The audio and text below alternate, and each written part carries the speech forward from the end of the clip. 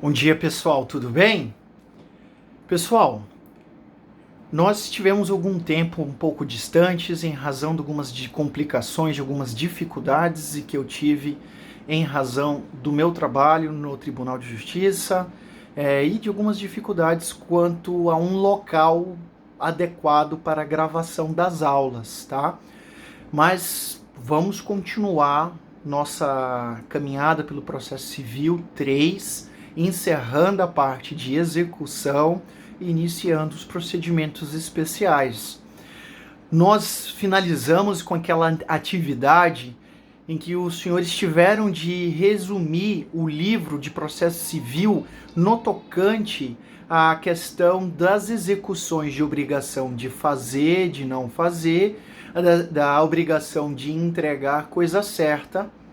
Nós vamos agora começar o estudo da execução de obrigação de pagar ou execução por quantia certa. Nós vamos retomar um pouco a parte de petição inicial e de lá nós vamos percorrer os artigos a partir do capítulo 4, seção 1 do artigo 824, tá certo? Então vamos lá. Com o título executivo extrajudicial, é possível movimentação da ação de execução. A ação de execução se inicia por meio da petição inicial, lá prevista no artigo 798, em que há seus requisitos. Então, são requisitos da petição inicial executória, o título executivo extrajudicial e a demonstração do débito atualizado até a data da propositura da ação, quando se tratar de execução por quantia certa. Nós vimos também que a atualização dos valores por meros cálculos aritméticos não tira a liquidez do título e que, portanto, pode ser ajuizada a ação com o título executivo juntado a esses cálculos, que é justamente esse item B do inciso 1º do artigo 798, o demonstrativo do débito atualizado. Nós precisamos também demonstrar que, naquelas hipóteses em que há um termo ou condição para a exigibilidade do título, há necessidade de comprovação da verificação daquela condição ou daquele termo. Então, é necessário que o exequente junte na petição inicial documentos que atestem a ocorrência da condição ou do termo. Perfeito? E também, caso necessário, a demonstração de uma contraprestação por parte do exequente naqueles casos em que o título executivo, como por exemplo num contrato estabelecido entre exequente e executado, há direitos e deveres. Quando aquele dever que se pretende a satisfação, o exequente, é condicionado a uma contraprestação dele, ele precisa demonstrar que ele cumpriu aquele seu dever. Por exemplo, num contrato de compra e venda, o exequente só poderá executar os valores daquele contrato se ele demonstrar por meio de provas que aquela contraprestação que ele tinha de cumprir, por exemplo, a entrega do bem adquirido, a entrega do bem objeto da relação de compra e venda, foi indevidamente entregue ao executado. Então, se ele entregou o bem, ele pode, portanto, executar o valor correspondente a ele nessa compra e venda, tá certo? Ele precisa indicar que tipo de execução vai ser realizado, bem como ele precisa qualificar, como os senhores já viram nos processos civis e nas práticas processuais civis anteriores, ele precisa qualificar devidamente tanto o exequente quanto o executado. E aí, com a indicação precisa, inclusive, do CPF ou de CNPJ. Como quem deve indicar os bens num primeiro momento é o próprio exequente, uma vez que a execução corre em favor e também sob sua responsabilidade, cabe ao exequente indicar quais são os bens do executado que ele busca ali a constrição, a expropriação para a satisfação do débito, tá certo? O parágrafo único do 798 ainda traz algumas características necessárias relacionadas ao demonstrativo do débito, aos cálculos que devem ser juntados à petição inicial. É preciso que esteja devidamente indicado o índice de correção monetária adotado, a taxa de juros aplicada, bem como o termo inicial e o termo final da incidência da correção monetária e da taxa de juros.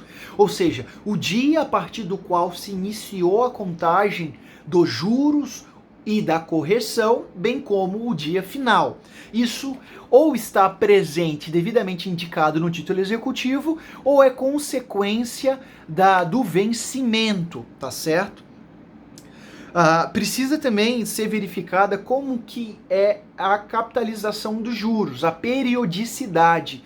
Se esses juros foram contratados para que eles sejam contados mensalmente, bimestralmente, trimestralmente, semestralmente ou anualmente, por exemplo. É preciso a indicação precisa disso, e que tenha correspondência no título executivo extrajudicial que está sendo executado. Perfeito? Então, beleza. No caso de execução por quantia certa, o que se busca é o pagamento daquela dívida. Ou seja, aquele valor a ser executado está sendo procurado, está sendo buscado, de modo que a tutela executiva vai ter de proporcionar meios capazes de obtenção daquele valor. O objetivo, portanto, da execução é fazer com que o executado satisfaça, cumpra a obrigação estabelecida no título executivo.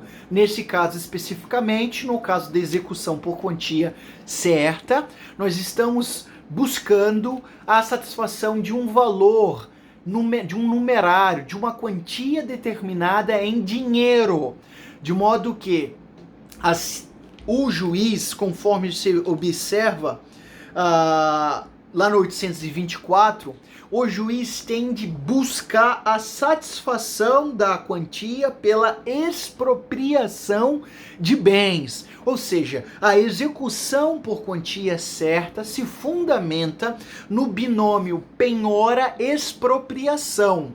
O que isso significa? Significa que o bem vai ser penhorado e, portanto, concretizado, formalizado, para que futuramente ele seja expropriado. E quais são as formas de expropriação? As formas de expropriação são aquelas previstas no 825. A adjudicação, a alienação ou a apropriação de frutos e rendimentos. Tá certo?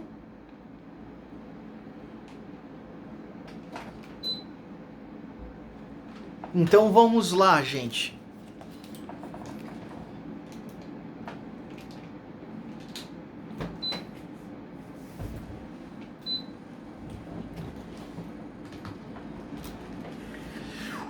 Nós vamos verificar o que cada um desses meios de expropriação, como que cada um desses meios de expropriação se configuram, tá? Nós vamos ver que a adjudicação, ela está prevista lá no artigo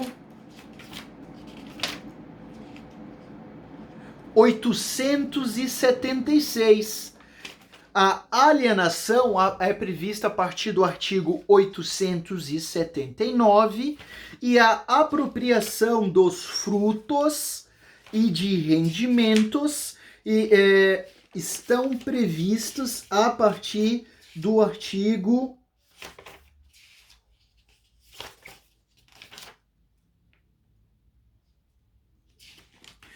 nós vamos ver que a apropriação dos frutos e dos rendimentos estão previstos no capítulo que trata acerca da penhora, a partir dos artigos 855, 861, 862, 866, 867 em diante. Perfeito? Como eu falei, a execução por quantia certa se fundamenta no binômio penhora e expropriação. Nesse primeiro momento, vai ser feita a penhora. Eu vou ler aqui uma boa definição do que convém a ser a penhora. Por meio da penhora, individualiza-se determinado bem do patrimônio do executado, que passa, a partir desse ato de constrição, a se sujeitar diretamente à execução. Com a penhora, a execução deixa uma condição abstrata, que é a responsabilidade patrimonial, a totalidade do patrimônio responde pela satisfação do crédito e passa a uma condição concreta, com a determinação exata de qual bem será futuramente expropriado para a satisfação do direito do exequente. Essa satisfação pode ser direta, quanto o próprio bem penhorado é entregue ao exequente por meio da adjudicação, ou indireta, quando o bem é alienado por iniciativa particular ou por meio de arrematação. Tá certo? Então vejam bem, por meio da penhora, aquele bem fica individualizado, aquele bem fica subordinado à execução, de modo que, a partir da sua regularidade, a partir da lavratura do termo da penhora, o exequente vai ser intimado a se manifestar se ele tem interesse em ficar com aquele bem e aquele valor correspondente da avaliação daquele bem será abatido da dívida, ou se aquele exequente não tem direito em se apropriar daquele bem, em ficar com aquele bem, aquele exequente então vai pedir a realização da alienação daquele bem, para que aquele valor correspondente alcançado pela alienação seja depositado em juízo e por meio e o juiz, a partir disso, libera esse valor para o exequente, que abate da dívida. Se aquele valor daquele bem penhorado corresponder à totalidade da dívida, à satisfação do débito, com a consequente extinção da execução, com fundamento no artigo 924, inciso 2. Com a satisfação do crédito, a ação de execução alcança seu fim e o juiz extingue a ação com fundamento no artigo 924, inciso 2º. Extingue-se a execução quando a obrigação for satisfeita. Tá certo? Senhores, quando se trata de execução por quantia certa, nós estamos falando que, portanto, se fundamenta no binômio penhora, em que o bem é individualizado e expropriado e retirado da esfera de direitos do executado para posterior expropriação, que pode se dar diretamente ou indiretamente. É interessante nós verificarmos que o artigo 826 possibilita que o executado, até o momento da lavratura do termo de adjudicação, do termo de alienação, o executado pode remir a execução. Corresponde a pagar consignar judicialmente ou pagar diretamente ao executado a importância da dívida devidamente atualizada com juros, custas e honorários advocatícios, tá certo? No artigo 827, nós vamos ver que após ajuizamento da ação da petição inicial executória, o juiz deve despachar a inicial, verificar se a inicial corresponde a todos os requisitos e, correspondente a todos os requisitos, o juiz determina a citação do executado. Nós vamos ver que a citação do executado é para o pagamento da dívida no prazo de 3 dias. Ou seja, ajuizada a petição inicial, o juiz vai receber aquela petição, para receber aquela petição inicial, ele vai verificar se estão cumpridos os requisitos do 798, do 799, bem como também verificado se cumpridos os requisitos previstos lá no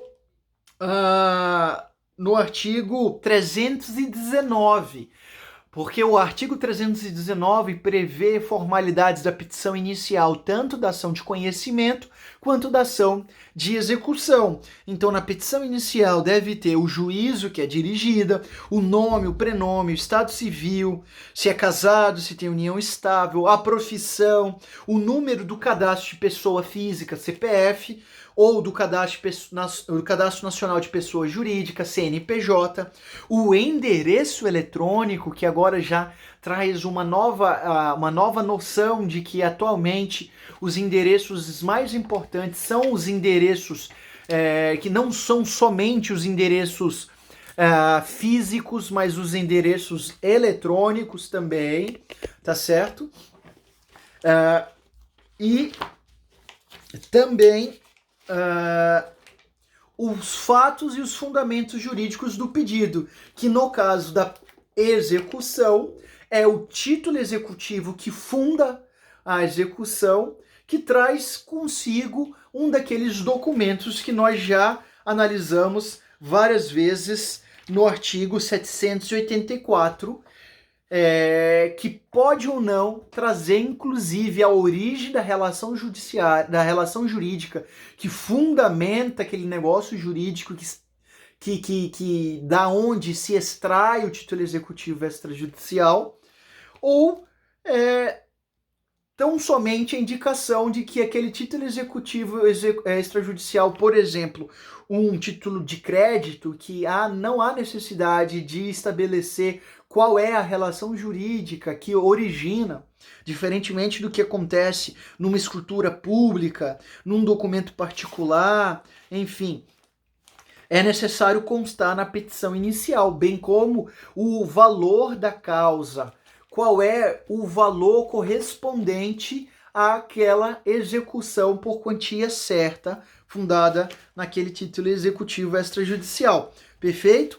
Uma vez reverificados presentes os requisitos, portanto, do artigo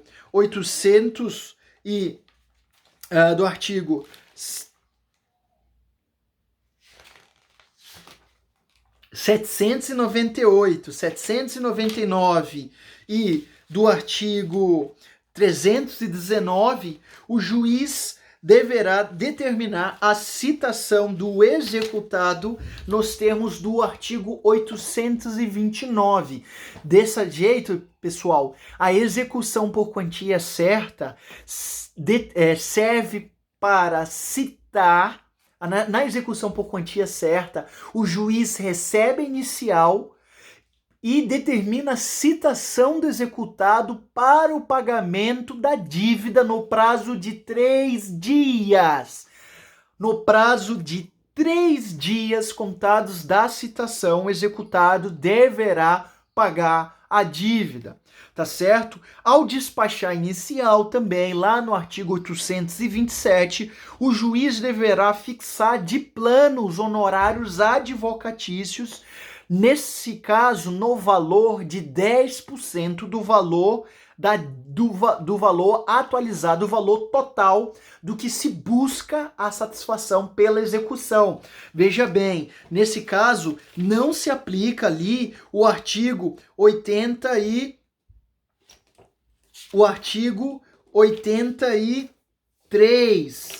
desculpa, o artigo 85 do CPC. O artigo 85 do CPC, ele é previsto de modo geral, se aplica genericamente, mas quando houver dispositivo específico com previsão distinta, se aplica o artigo específico pelo princípio da especialidade.